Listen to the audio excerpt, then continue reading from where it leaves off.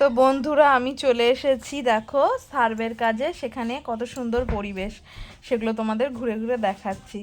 কারণ আমাদের যেখানে বাস করি সেখানে তো গায়ে গায়ে বাড়ি এত দেখা যায় না, গাছপালা মাঠঘাট। তো আমি যেখানে যাই সেখানে কিছুটা হলেও মানে গ্রাম পরিবেশ আছে, যেখানে সবুজ টাটকা জিনিস সমস্ত কিছু দেখা যায়।